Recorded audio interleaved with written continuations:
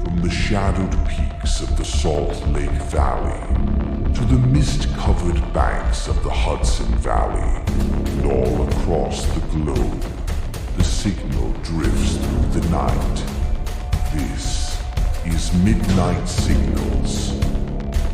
Now, here are your hosts, Sergeant Shenanigator and Alien Mike. Alien Mike, what's going on tonight, man? Another day. How are you doing? Oh, doing good. Sorry, we got to get close together again. Hi. Perfect. Just You've squish noticed together. I probably have I have a special visitor with us tonight. Yeah, you got your Mrs. beautiful wife. Shenanigator is joining us. Very nice. So, tonight, man, I'm excited for tonight. What about you? You know, I have been. I didn't get as much done as I wanted to, but I got quite a bit done, and it was fun to read the stories and learn a little bit about other parts of the world I didn't know anything about. Morning, Nadine. Morning, Nadine. Well, Robert, it's about time you got here on time. Good evening, Robert. I got to remember No, where no. everybody's time zones are. Yeah. Sometime it's No time. longer fashionably late. So, yeah, tonight we are talking about Christmas folklore. Yes. And we've picked 4 what I think are interesting stories. They are. So, and rather than Mike and I interrupting each other all night long in the chaos that we usually do, when Mike is telling his first story, we're just going to sit back and listen and enjoy it like you guys. Good evening, Jamie. How are you Hi, tonight? Jamie. Expect pimp jokes again. Oh, many pimp jokes. We love them. So, Yeah, so I am really excited to hear what you guys have to say. I know we wanted to focus specifically on Krampus, so yeah, it Nadine, was Krampus that brought it all up for us. yep, it was a lot of fun. I honestly didn't really pay any attention to the 2 that you were doing. I spent most of my time on here, so Yeah, I like the way we did this format where we just each picked 2 stories and went for it. it was a lot easier because Yeah, now I don't know about you, but I would get stressed going, okay, well, I got these 2 done. Oh, hell, now I got 3 more to do. Trying to fit it all in. And yeah, so it was nice. So, I guess with that being said, let's just go ahead and start. I mean, tonight we're going to step back into the older world, where snow fell because a goddess shook her blankets and pillows, where a horned thing walked beside a saint carrying chains and memory, mischievous figures slipped through the dark to test children's behavior, and an ancient queen of winter shaped mountains, storms, and the fate of land itself. So with that, we're going to go ahead and just hand it on over to Alien Mike and let him go for it. Thank you, Nadine. Steve, you always look amazing. Little Christmas spirit tonight would be good. Yeah. And then there's me who I look like this all the time. Yeah, me too. Which is You look beautiful with your lipstick and everything. You look good. I figured if I'm gonna be, You don't want to look shitty like me. All scruffy and nappy haired. Yeah. Yeah, but that's your thing. Yeah, I know. Thank you. So before we go any further, just know we're going to be reading these stories tonight. So if you see us looking down a lot, it's because there's a lot to take in just from these 4 characters. Yeah, And that's. nope, that won't work. I'm glad you brought that up because I usually have everything highlighted and put into sections, and today it's like one big story. And So it's yeah, like that's all I did. I just got a story of Krampus. I got a story over here, and I'm just gonna read on down. Yep. I'm just gonna talk. And I don't know how your stories are, but mine is okay. Well, the first one is in Scotland, so this is who she is. This is what she does. This is when she comes. This is what she does here, and go that way. So I don't know if you have specific stories that you're doing. Pretty much. Okay. Well, it's just going to be about the same as yours. Halloween right. costume is permanent. Same, Robert. Same. All right, with that, Mike, Alien Mike, go ahead and take the microphone and walk us through it. So you're lucky with doing the ones you're doing because you have someone there that can speak the language very well. And my poor mother doesn't know Gaelic at all. So I couldn't get any help with the names. Oh, yeah. So I know the first one we're doing is the Cailleach, and I don't know how to say the last one. Bheur. Anyway, so she is.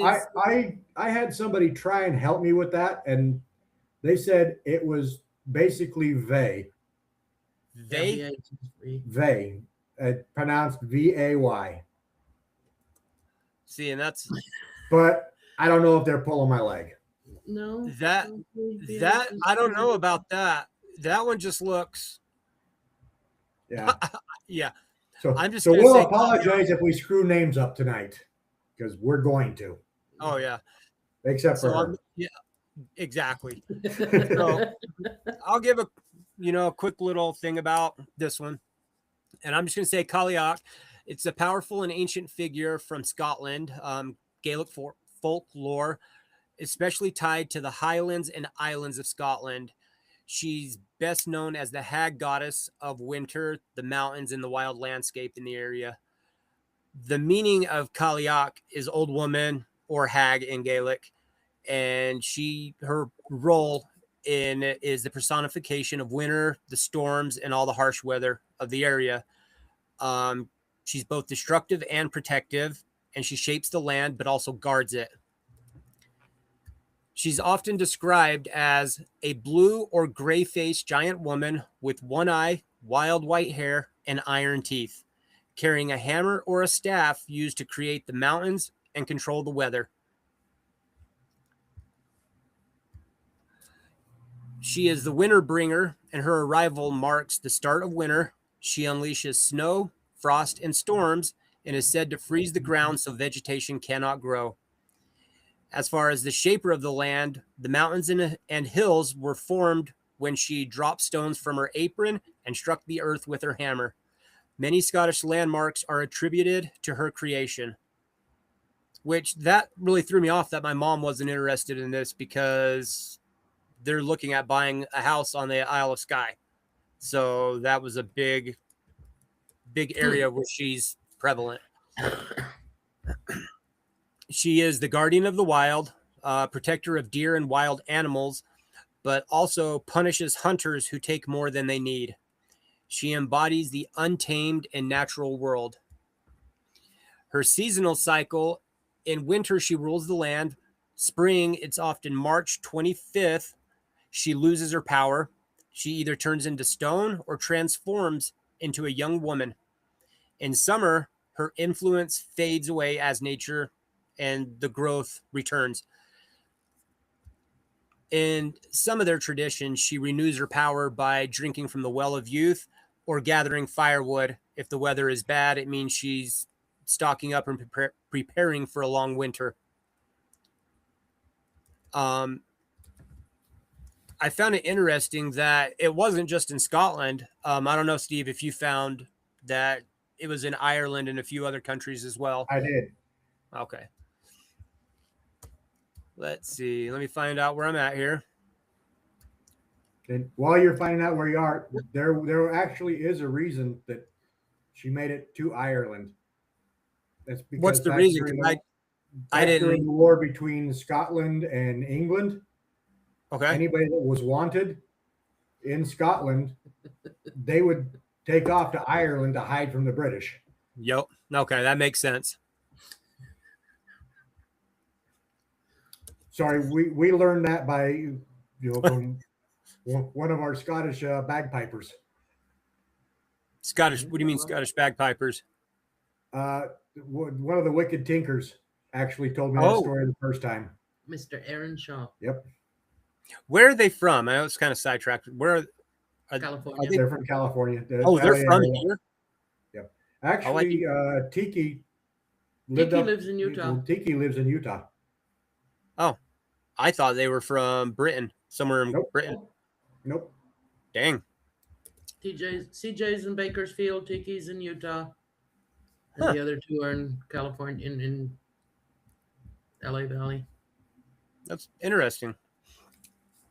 Okay, the symbolism. She represents the ancient feminine, the cycle of death and rebirth, and nature's indifference to humans. Also, the wisdom of age and endurance. She is not evil, she is inevitable.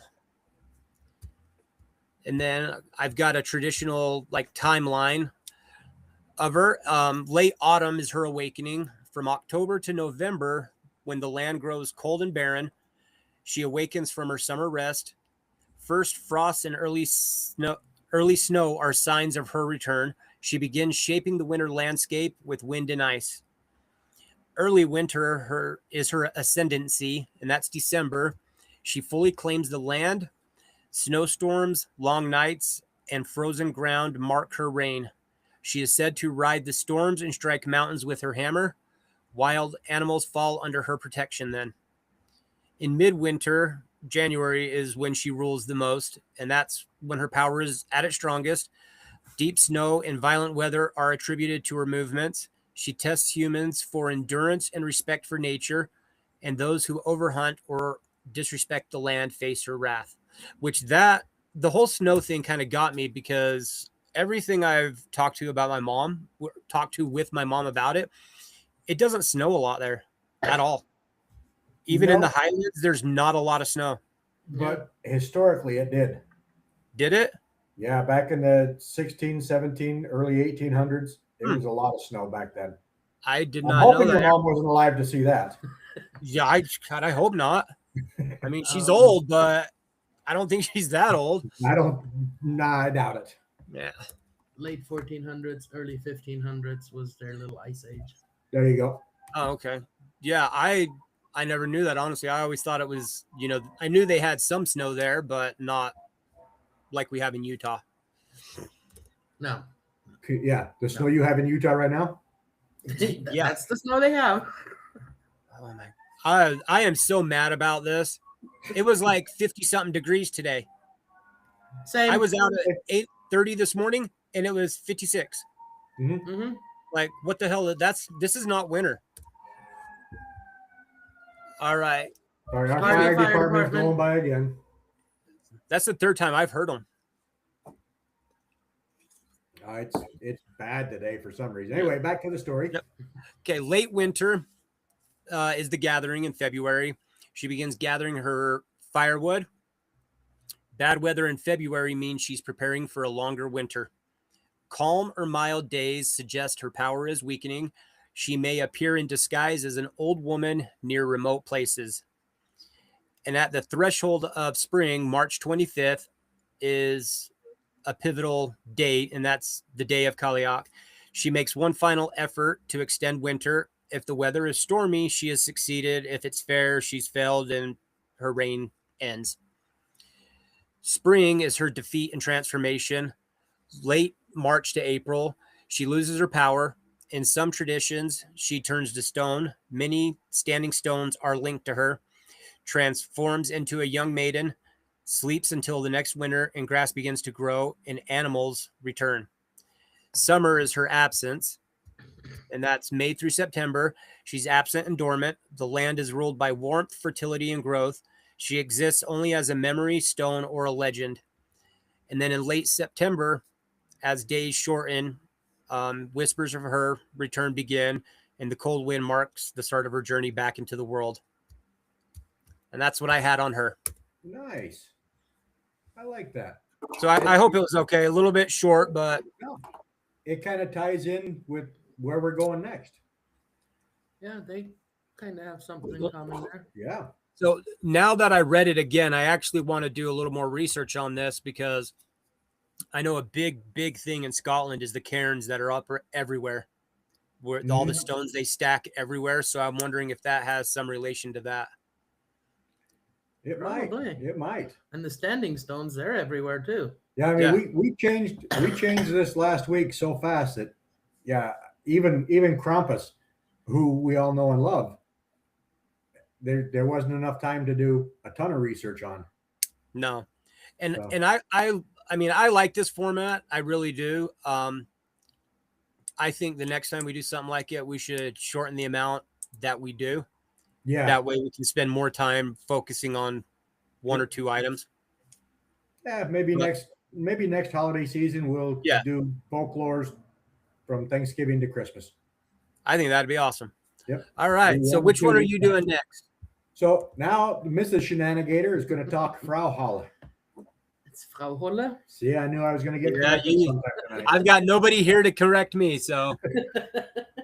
Well, my Gaelic comes from books, and I couldn't spell it and put it together on how it's pronounced. So I've got an app on my phone.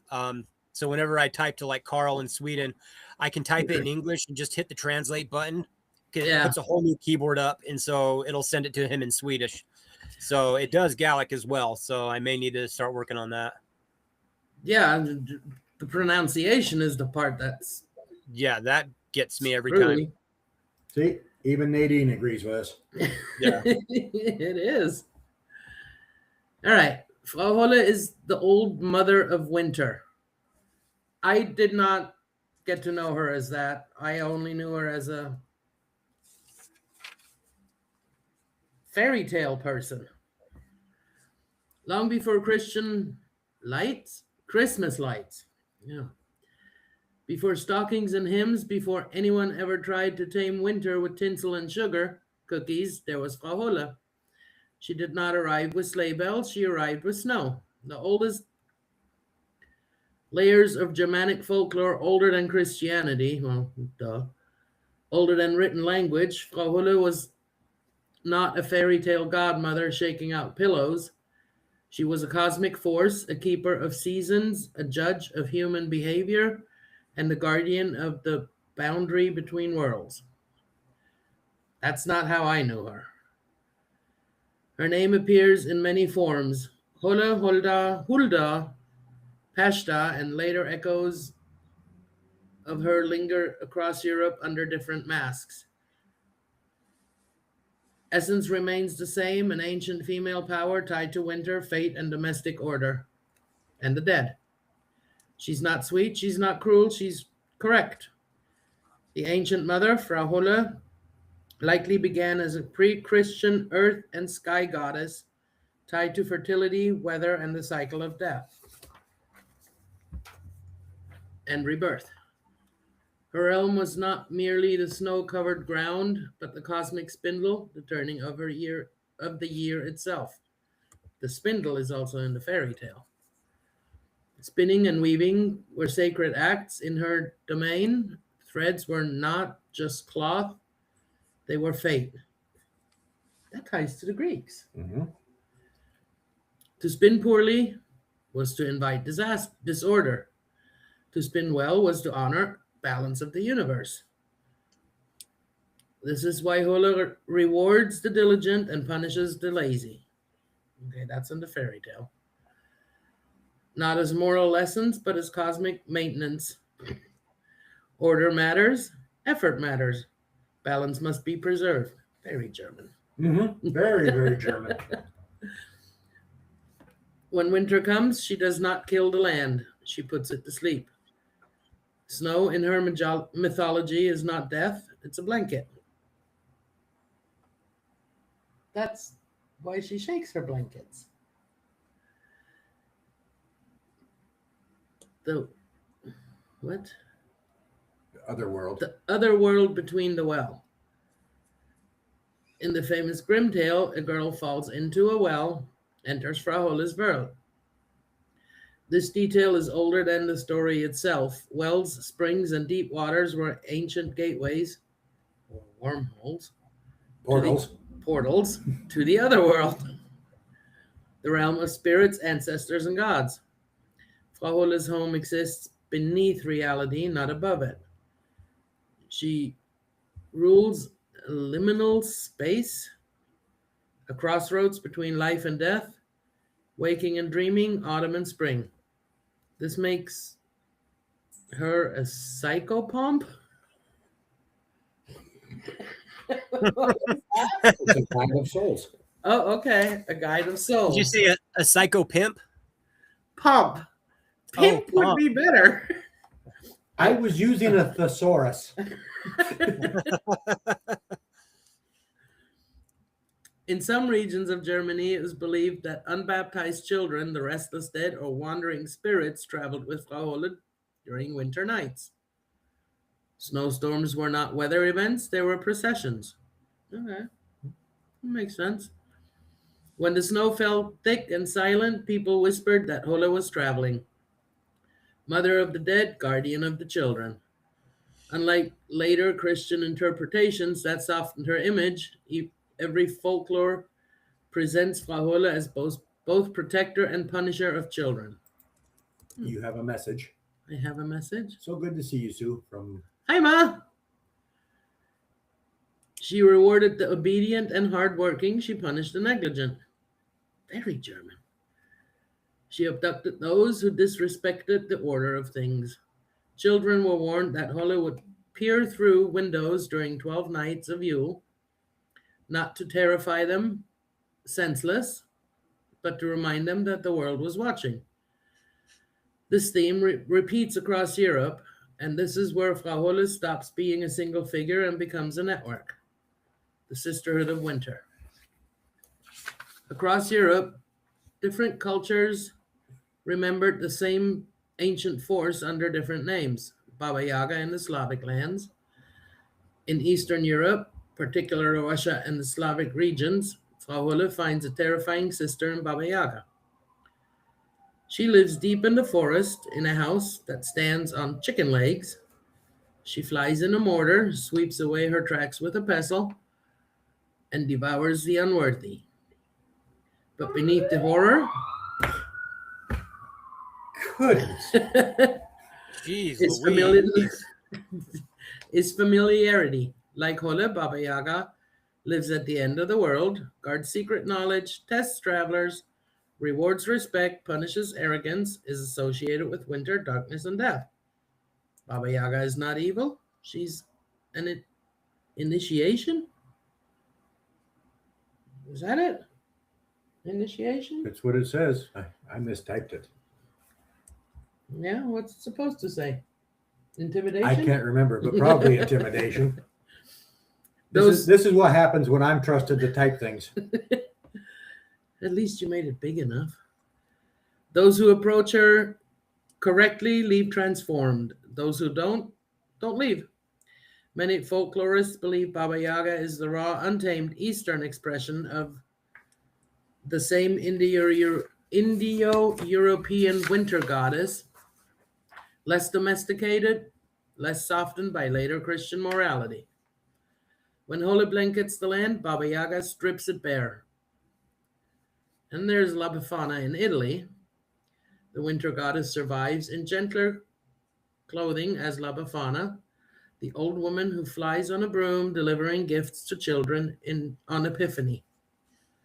But look closer. She is elderly, she flies, she judges children's behavior, and she comes at night during winter. Sounds like my mom. La Befana is not Santa's helper. She is Holle in exile, repackaged to survive under Christianity. In earlier legend, La Befana was tied to agricultural cycles and the turning of the year, bringing gifts as blessings, coal as correction. Coal, after all, is compressed time. Earth made dense, a warning and a promise. In the Alpine regions, we have the Pashta.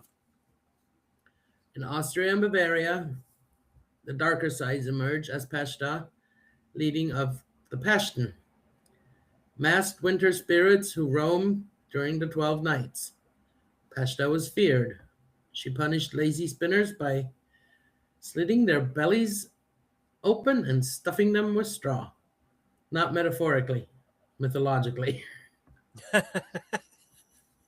The Passion processions still occur today, usually men in monstrous masks, bells clanging, driving away evil spirits, like the Krampus. This is not celebration, this is ritual warfare against chaos. The 12 nights of Yule, from December 25th to January 6th were considered a time outside of time. During these nights, the dead walked, animals spoke, the future could be glimpsed, the wild hunt rode the skies. Frau Holle was believed to travel during those nights, inspecting homes, judging households, and ensuring cosmic balance. Very German. Spinning was forbidden during this time. To spin was to interfere with fate. Food was left out for her. Homes were cleaned, order mattered. This tradition echoes across Europe, tied to Odin's wild hunt, Pashta's march, and later Santa's ride. Different masks, same ancient journey. From goddess to fairy tale, when Christianity spread, Frau Holle could not be destroyed. She was just domesticated. She became a kindly grandmother. Her punishment became lessons. Her cosmic authority was reduced to moral storytelling. But the bones of the good old goddess remain. Snow still falls when she shakes her bed. Gold is a reward for effort. Pitch is still punishment for neglect. When you say spinning, is that like spinning yarn? Yes. Yeah. Okay. In the fairy tale, the girl that falls into the well, she was sitting by the well spinning and her spindle fell in. And she didn't fall into the well. She was told to go get the spindle. So she went into the well. Okay. Every winter, whether named or not, her presence returns. Because winter still demands respect, work still matters, and order still holds chaos at bay. Why she belongs to Christmas? Frau Holle is not a Christmas figure in the modern sense, but Christmas is built on her bones. Predates Christ. The winter solstice predates religion, and the need to personify winter predates civilization. Christmas absorbed Yule because people already feared and honored this season. Santa judges. Frau Holle judged first. Santa rewards labor. Frau Holle rewarded labor first. Santa travels the night sky. Frau Holle traveled when the world slept. One is red and marketable. The other is ancient and watching. The old truth, Frau Holle reminds us of something modern culture desperately tries to forget. Winter is not evil, darkness is not wrong, and death is not the end. They are necessary pauses. Snow covers the land so it may return stronger. Silence prepares the world for sound. And the old year must die so the new one can breathe. And somewhere, when the snow falls thick and quiet, when the world seems held suspended, an old woman is shaking out her blankets. Not kindly, not cruelly, but correctly. She would do it correctly because if it didn't do it correctly, it didn't snow. Yeah. So just those first two stories alone, it sounds like no matter where you go, you've got a goddess who is taking care of winter. Yep. There's parallels with so all of them. When I was helping her with the research on this one, you could tie Frau Holle to the Scottish witch that you discussed, Baba Yaga. Am I going to get corrected again? No, I'm just acknowledging Alec. Oh. No, it was amazing to me how all of these started tying together. Yeah.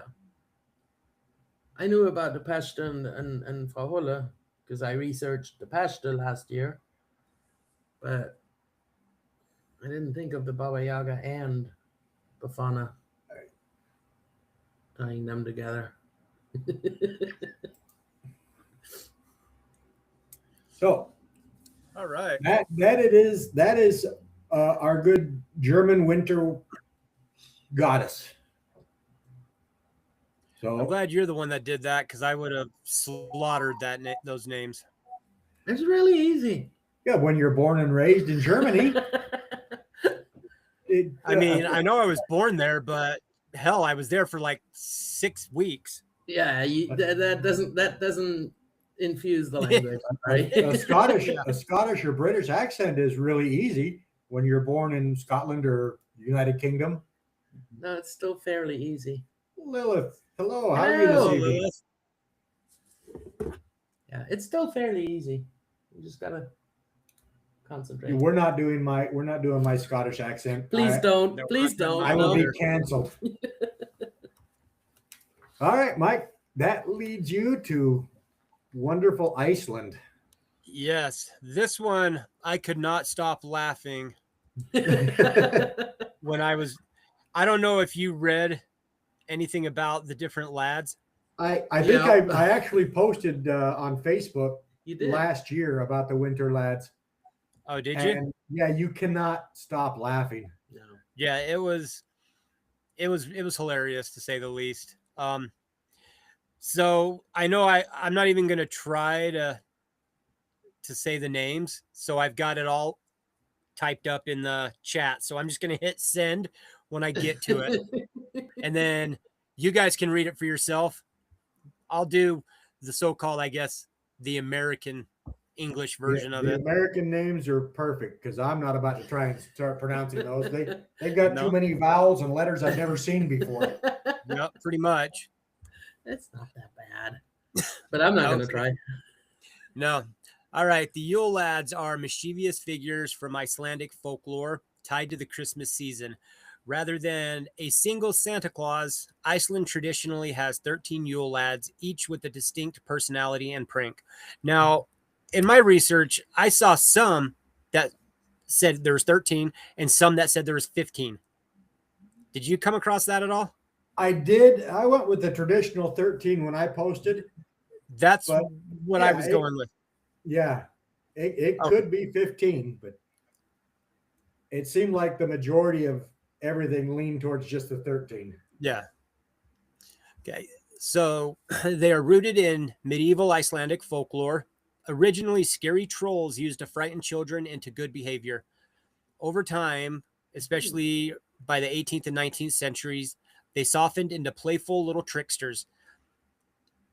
They are the sons of the ogress, and I'm going to screw this up, Grilla, and her husband, Leppal, a weird U, a weird O, and an I. So pronounce that how you will, because they have accents over it that I've never seen.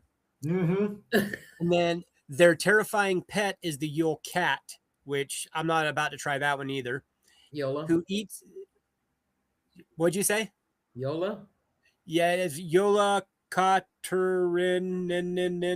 There's a bunch of N's. Yola cat. Okay, Yola, which eats people who don't get new clothes for Christmas. Like, I really want to know how this came about. That's why we get socks and underwear for Christmas. Because it just, yeah. So how the Yule Lads work. They arrive one by one over the 13 nights before Christmas. So December 12th through the 24th. Each stays for 13 days, then leaves one by one after Christmas. Children place a shoe on the windowsill, and the good children get small gifts, and the naughty children get a potato. Like, what? That was too perfect, Robert. That was too perfect. Yeah, I don't know what to say about it. Like, it's great. So here's the names of all 13 of them. So the first one is the sheep coat clod, who harasses sheep. Oh, I'm not even about to post that on the screen. Yeah, don't. Stiff-legged. The second one is Gully Gawk, who hides in gullies to steal the milk. The third one is Stubby, who steals pans to eat the leftovers. Exactly, Alec. The fourth is Spoon Licker, who licks wooden spoons. All I know about wooden spoons is getting hit with them. Yep. And breaking them and then getting hit with something else because you broke the spoon. Yeah, because they got met. We got in trouble for them. Yeah, they broke it. We get in trouble for it. Yep. Then there's pot scraper, who scrapes pots clean. Bowl licker, who steals bowls from under beds. Which Ooh. I'm wondering what's who the in hell the is bowls under the bed? what? You know what's in the bowls under the bed? Yeah, they're chamber pots. Yeah. Yeah, and so that was my first thought was why the hell would they do that? Especially back then. Nobody was putting food under it. Number 7 was door slammer, who slams doors at night. 8 was skyr gobbler, who's obsessed with skyr, the Icelandic yogurt. Sausage swiper, who steals hanging sausages. Window peeper, who spies through windows. Doorway sniffer, who sniffs out baked goods. Meat hook, steals meat with a hook. And candle stealer, who follows children to steal candles. I like those guys. Yeah, it took me about an hour to read through these names because I couldn't stop laughing. There you go, Alan.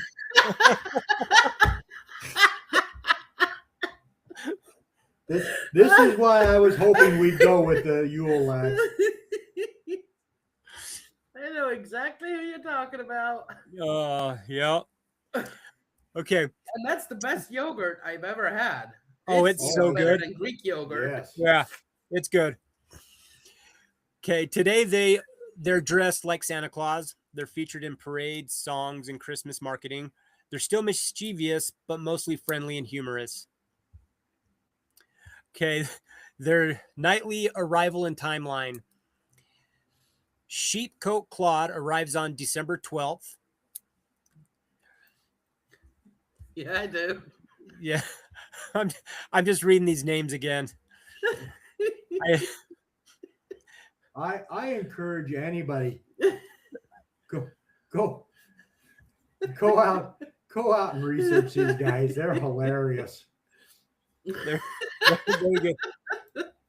Doorway sniffer. I knew it was going to take a minute to get through this.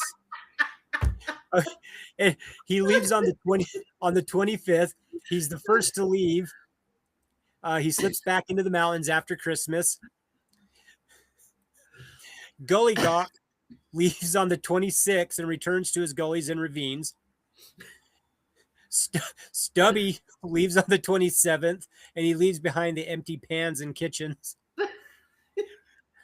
Spoon Licker leaves on the 28th. After he stops licking the spoons, he just disappears. Pot Scraper leaves on the 29th after he scrapes his last pot. Bowl Licker, no longer lurking under the beds, on the 30th. He's like, well, nobody's pissed in a pot yet. I'm leaving. Door Slammer leaves on the 31st. On New Year's Eve, he finally lets people sleep. He's like, I'm not going to slam these doors anymore. I'm done. Skyr Gobbler, he leaves skyr cellars empty behind him. On the 1st. On the 2nd, Sausage Swiper, sausages are safe once more. On the 3rd, Window Peeper stops spying and fades into the dark. On the 4th, Doorway Sniffer, his great nose no longer scents baked goods. On the 5th, Meat Hook hooks his last prize and runs off. January 6th, the 12th night, Candle Stealer, the final Yule Lad, leaves, ending the Yule season.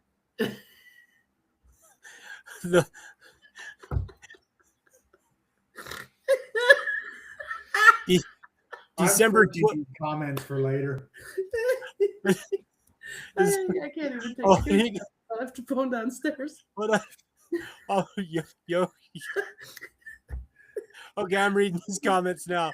Yeah, it's yogurt. It's really good. Here's how it's Yogurt. I can't stand yogurt.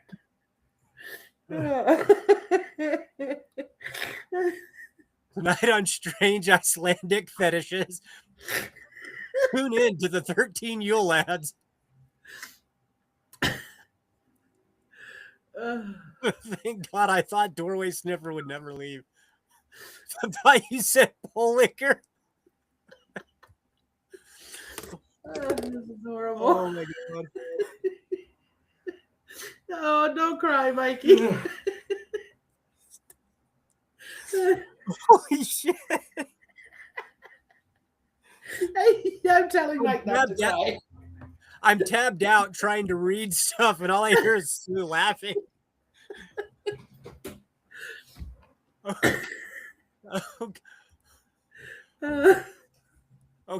Okay, that's the 13 Yule Lads. Steve, I turn it over to you now. He'll be back momentarily. I think the pot sniffer got to him. No, it was pole liquor. Oh, those guys are funny. I'm going to have to read up on them. Yeah, I'm good, Alec. Holy shit. I was just trying so hard to not laugh, and I hear you laughing at every one I say. This is why I look forward to this every week. Good one, Nadine. Usually they try to be a little more serious. Yeah. Well, when Steve sent me the thing on Sunday, he says, we can do, what about these ones? And I said, all right, that sounds good. I'll take Scotland, of course. Of course. And I'll do Yule Lads, and you can do the rest. And then I pulled up Scotland first, and I read it, and I thought, okay, this is interesting. And then I read Yule Lads and went, you got to be kidding me. This is going to be great. It's Iceland. I mean, they got nothing to do for 6 months of the year. I used to know people that lived there, and that's how they were. They were just nuts. Steve, get back here. It's Candle Stealer.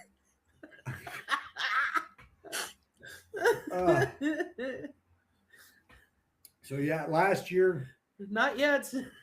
Last year when I was when I did the post of the 13 lads, it took me 3 days to come up with a short enough post to describe them all, and that was many days of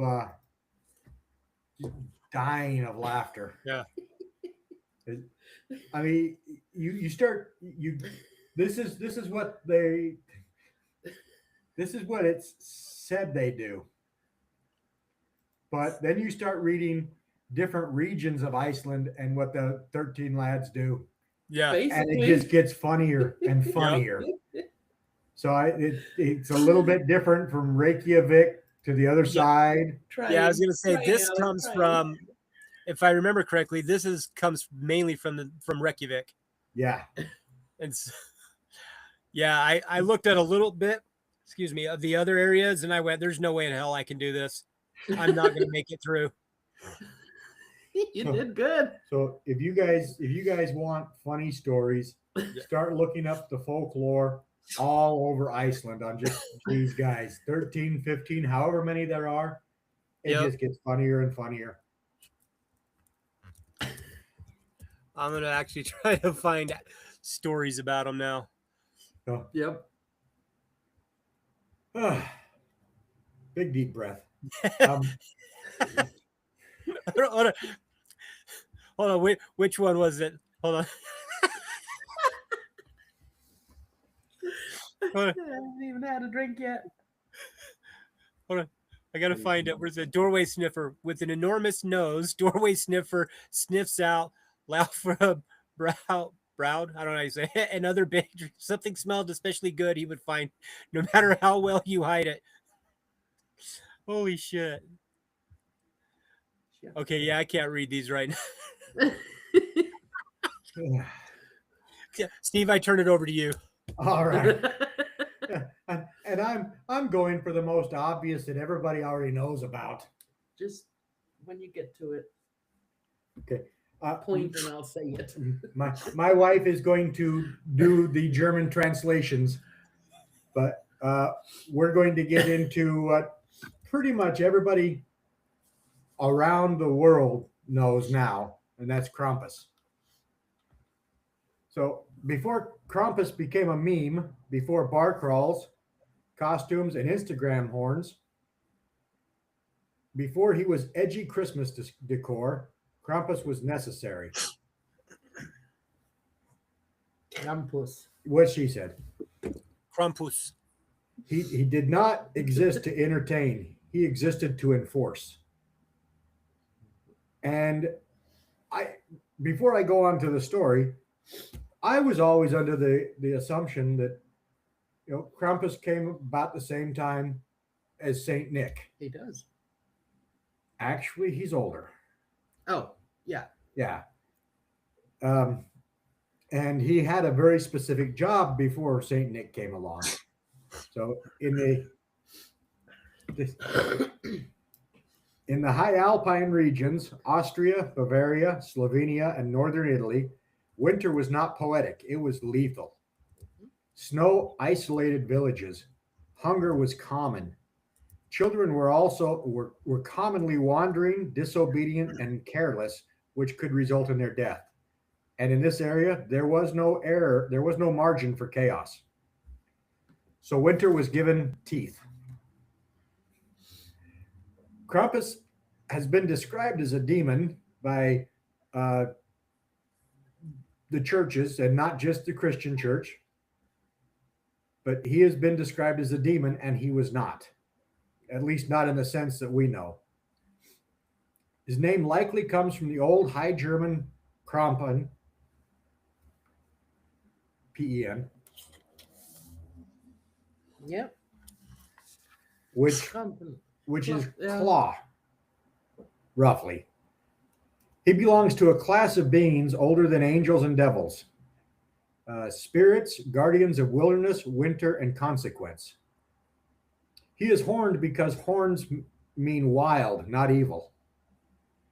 He is furred because winter wears fur.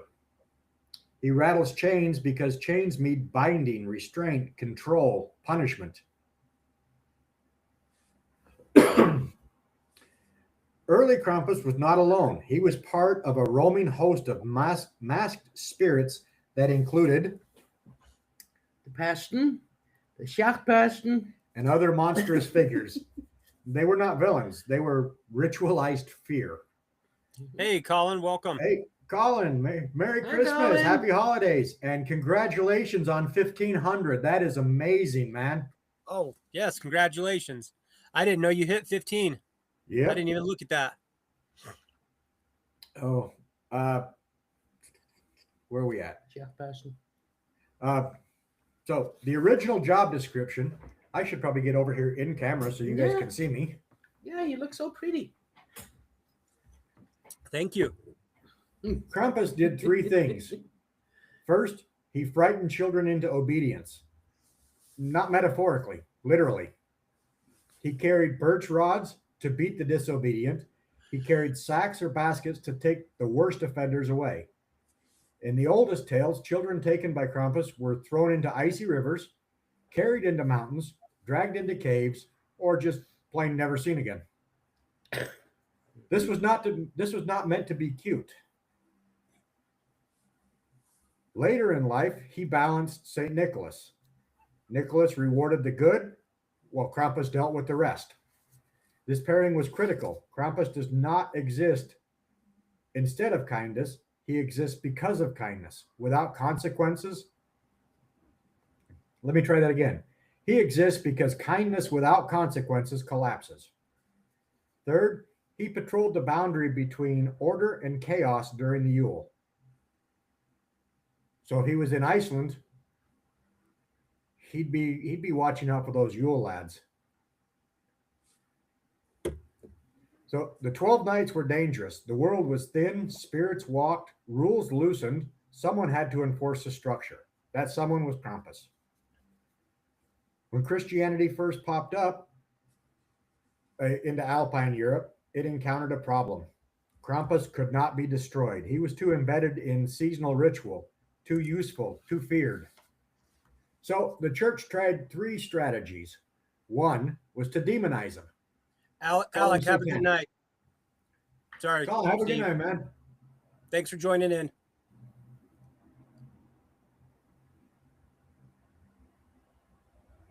Sorry, I lost my train of thought. No, I derailed. So yeah, they called him originally. They called him satanic, but Krampus still wasn't dying.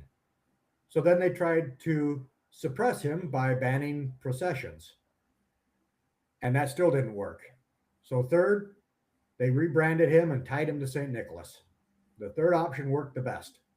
Krampus was reframed, but allowed to survive as a subordinate figure to St. Nicholas. St. Nick became divine authority. Krampus became punishment outsourced. This is where the modern image forms. The saint and the monster walking together. Not good versus evil, but actually order versus consequence. And I didn't know that. I never thought Krampus was evil, except in some of the movies. But the order versus consequence, it kind of made a lot of sense. Mm-hmm. So on December 5th, Krampusnacht, it was not festive. Men donned monstrous masks carved from wood, horns towering, tongues lolling, bells deafening. They roamed villages, rattling chains, striking the ground with rods, and dragging people into the street. This was not cosplay. This was ritualized terror designed to drive away evil spirits, reinforce community norms, vent aggression safely. It doesn't sound real safe to me, but okay. And remind everyone winter was not to be taken lightly. Krampusnacht was chaos contained, a controlled release valve. Now, everybody pretty much knows Krampus from the movies, but the reason I wanted to do it last is because I wanted to find out why Krampus survived outside of that region where others didn't. And he survived not only because he was scary, but because he was useful. He was portable, unlike Frau Holle, Baba Yaga, Perchta, who were tied to the land, the wells, the forests, or specific regions. Krampus is mobile. Mm-hmm. He walks the streets. He enters homes. He knocks on doors sometimes.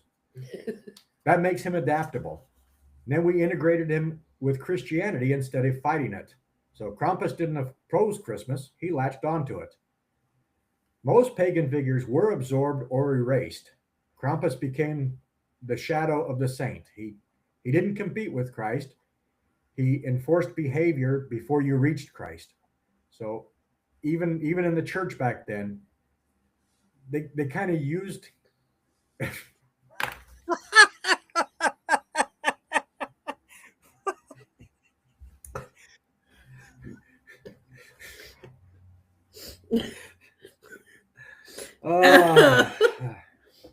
never a dull moment when Luke holds around. So one of the reasons that Krampus did survive is because rather than the folklore just disappearing when Christianity moved in, he became part of it. And to the religious back then, that made him tolerable. So he gave people permission to be monstrous safely. Krampusnacht allowed men to wear masks, become anonymous, act aggressively, break social norms briefly. This ritual function is ancient and it is vital. Societies that don't ritualize darkness get it anyway. It's just uglier. So he translated perfectly into modern anxiety. He embodies consequences, guilt, fear of judgment, punishment for indulgence. In the modern world that pretends actions have no consequences, Krampus feels refreshing. He says that no one. You hearing Xena? No. She's been trying to come up the stairs. Mhm. He says what no one else will. You F around, now you find out. So he went from a child stealer to a cultural icon that is still celebrated around the globe. I mean, it's here. I've seen Krampus in Asia. So he became mobile, Mhm. but his role did soften a little bit. He became a threat, not an executioner, a symbol, not an enforcer. Turn page. A warning, not a sentence. Krampus parades became festivals, masks became art, chains became aesthetic, and something fascinating happened. People didn't laugh. People didn't laugh him away. They embraced him because deep down, people miss the idea that someone is keeping score.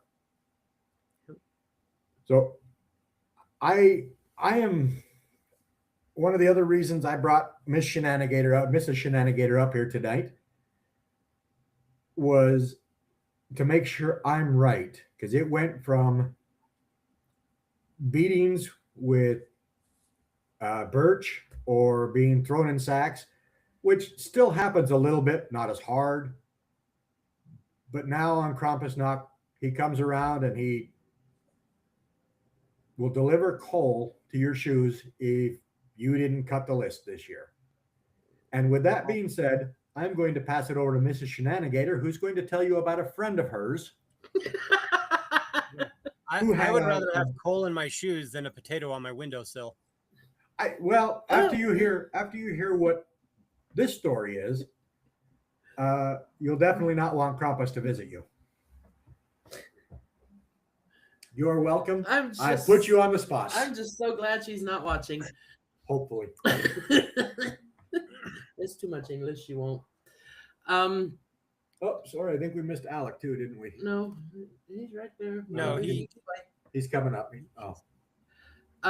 said he was going. In my area, he wasn't called Krampus. He was the Belsnickel. And yes, I hid in the grandfather clock from him one year because I had heard I was bad.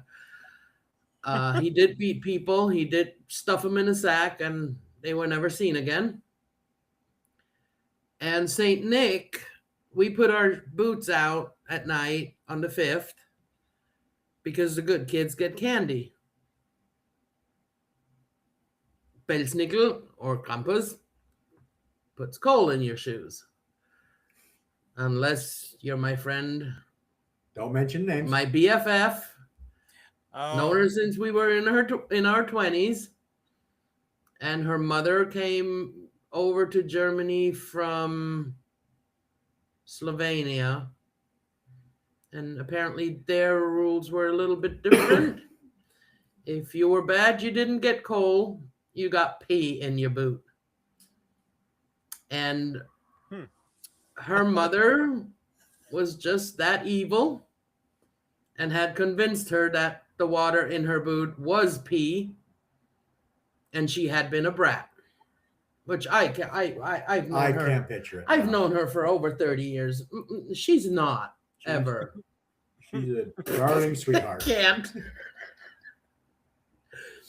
But yes, there is different things that end up in the boots or shoes. I would probably rather have a potato on the windowsill than coal. No, coal keeps you warm. Burning the fire. Okay, unless the inversion level's up. You're not allowed to. That's true. But yes, my BFF was presented with piss in her boots. Yeah. And that's why you always shake out your boots before you put anything on. Mm-hmm. Exactly. Mean. So I just wanted to put Mrs. Shenanigator on the spot for a minute. So modern Krampus doesn't actually beat children anymore. No, he beats darn. Mostly. he judges adults. It's In the parades. in the parades. So if your kid's acting up in the parade, It's and your fault. you're the father, expect Krampus to come talk to you. So, but he shows up nowadays in anti-commercial Christmas movements, dark humor, rebellion against forced cheer, horror aesthetics, and the counterculture to Christmas. But he is the unofficial patron saint of burnout, disillusionment, those who worked all year and got nothing, and he basically now punishes lies.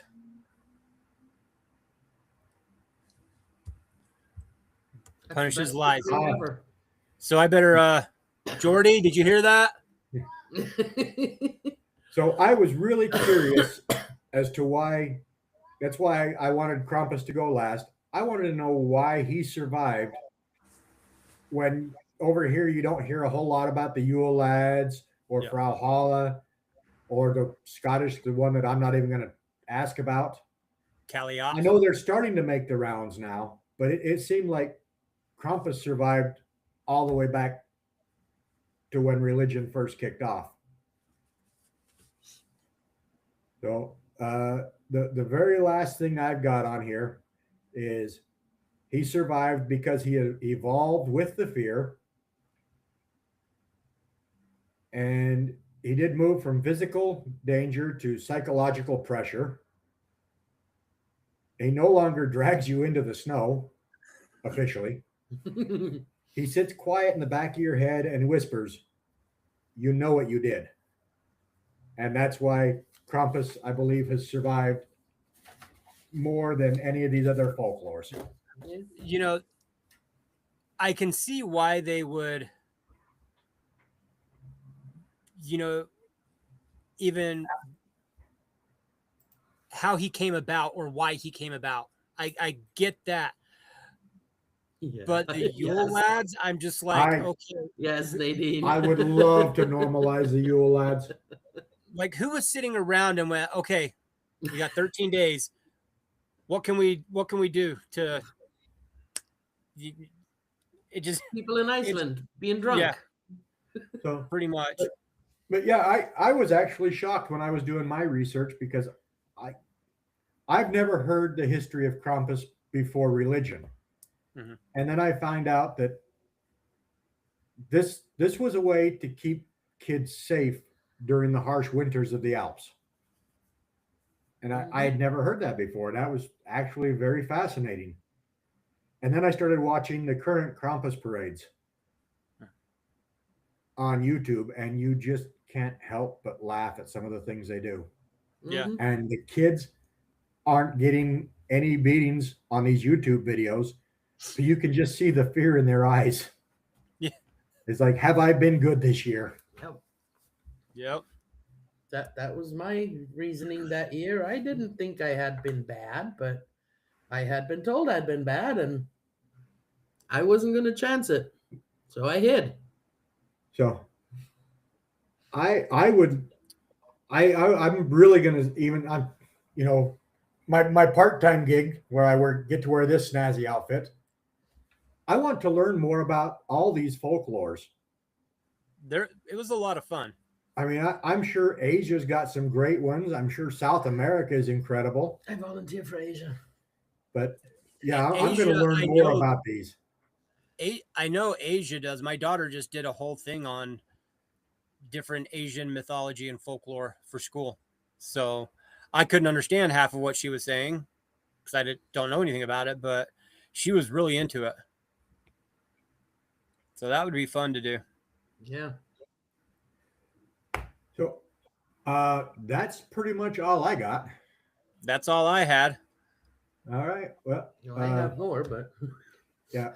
Trust Trust me, as fun as we've had this week, even with the limited amount of time to research, I think next year, between Thanksgiving and January 1st, we're just going to start talking all sorts of folklore about the season. I think that'd be fun. Each week, just do something one or two different ones.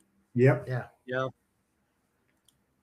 The one thing that I want to look up is not just like who the Yule Lads are and what they do, but actual stories that like parents told their kids about each specific one.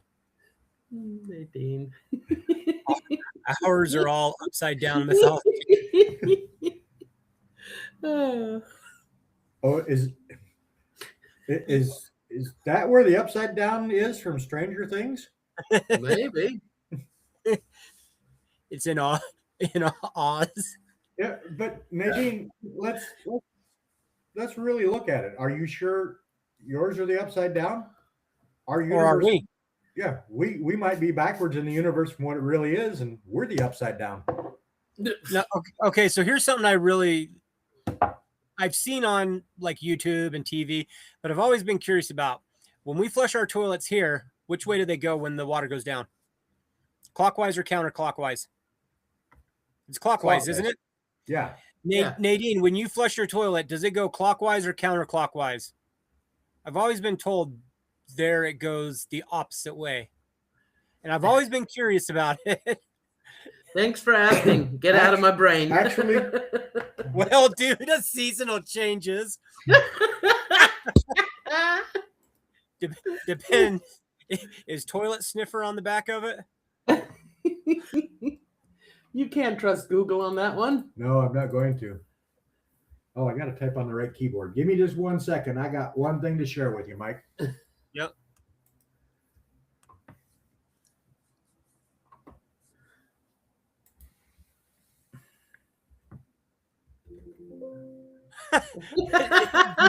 Nadine.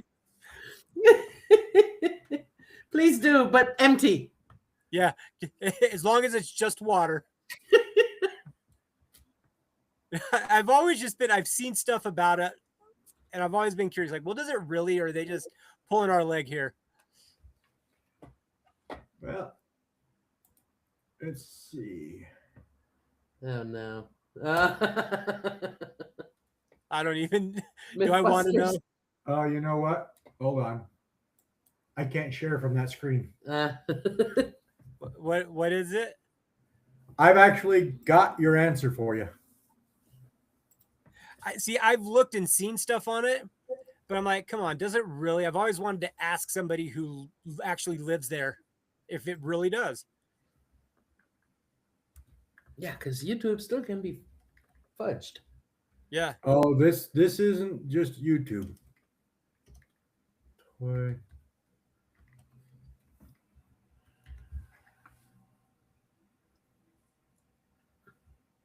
The last thing that I had seen on, it's been years, but they said that everything was opposite because of being south of the equator. Yeah, I can't pull it up right now, and that's upsetting me. There is somebody who has set up a tourist trap on the equator. And on one side of the equator, when they dump water into a bowl shaped kind of like a toilet, it goes counterclockwise. On the other side of the equator, it goes clockwise. Right on the equator, it doesn't spin, it goes straight down. Really? Yeah. Give me a second. Let me see if I can find it. And I don't know how we went from folklore to toilets, but I like it. Yeah. Oh, we went because you started talking about the upside down, and I started thinking about backwards toilets. I don't know. I'm weird like that, I guess. No, I've always wanted to know too. So that's why I said get out of my head. Yeah, it's just something that's always been curious.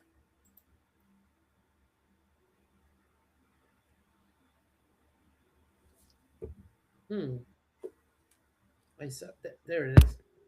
Was that it? Yeah, this one. Yeah, this is it.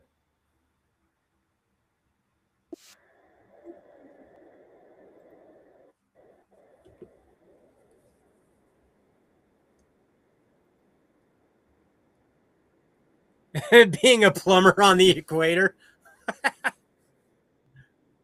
So, You know, whoever watches this video after it's posted, they're going to go, what the hell? I mean, where'd it go? Yeah. But I'm looking at me big on the screen right now. We may have just violated a copyright. Yeah, screw them. Yeah, okay. Whoa. We'll get away from Copy the link. it. That's Can you copy the link and just put it in chat? let me do this real quick.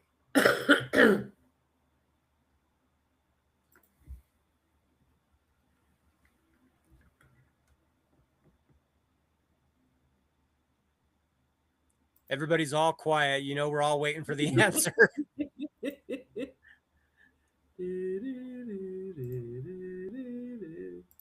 So if you would like to answer the question,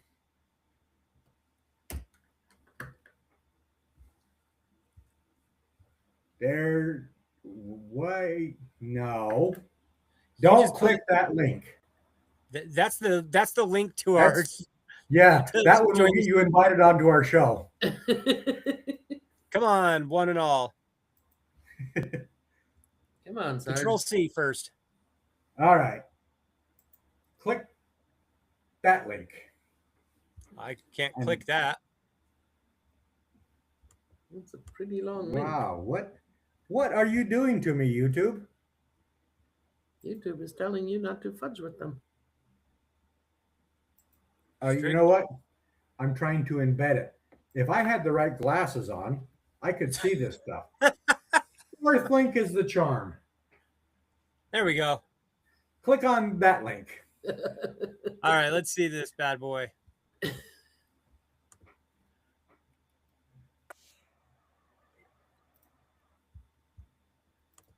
Okay. So, whoever the cameraman is, he sucks. He does. Did you know? Okay. So one hemisphere to the other. Then he goes to that one last. Oh, you can't see what I'm seeing. No, I'm seeing this.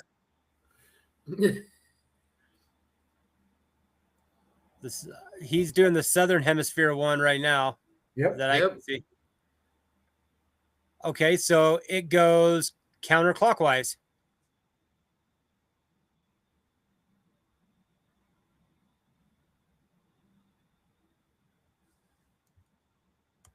All right. I mean, this guy, for anybody watching it, this guy is a genius. He actually rents this land just to share this experience with tourists for tips. I mean, that's really cool. Yeah. Gotta make money somehow. So, yep, now you've seen the different sides of the equator does go opposite directions. Hold on, I'm just now at the northern hemisphere now. He's putting the flower in. Yep, okay. And then eventually you'll get to right dead on the equator. I'm going to fast forward to the equator. Okay.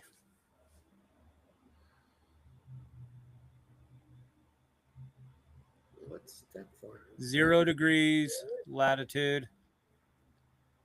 It crosses only 13 countries, 7 countries in Africa. Okay. Are you shitting me? Nope.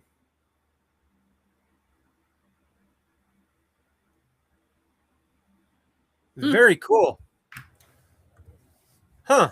Okay. Well, Nadine, I mean, I don't need you to film that now unless you really want to. So I've never seen that video. So when did that come out? This was 5 years ago. 5 years ago. But there's several videos on YouTube of the same thing. They do it on the equator at different locations. Oh, there's one. It's the Coriolis effect. That's what it is. Yep. I was trying to think of the name and I didn't see it on this, but that's exactly what it is. There's a little ad or another video on to the right of it. To all of the people that have stuck with us to this point, Thank you. Thank you. Next week, not next week, the week after, we won't talk about toilets. I'll leave that weirdness here at home. What are we doing after New Year's? Let me pull up my book here.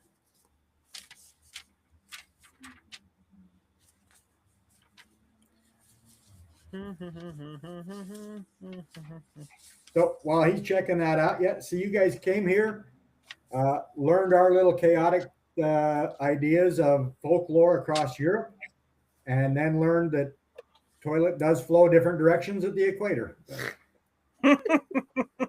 So that's it. We're here to entertain and educate. There you go. Oh, yes. So next week on the 26th, because of the holiday, there is no show. No show. Nope. Nadine beat you. Yeah, she did. Damn it. She's more prepared. She knows our schedule better than we do. Somebody's going to keep track of it.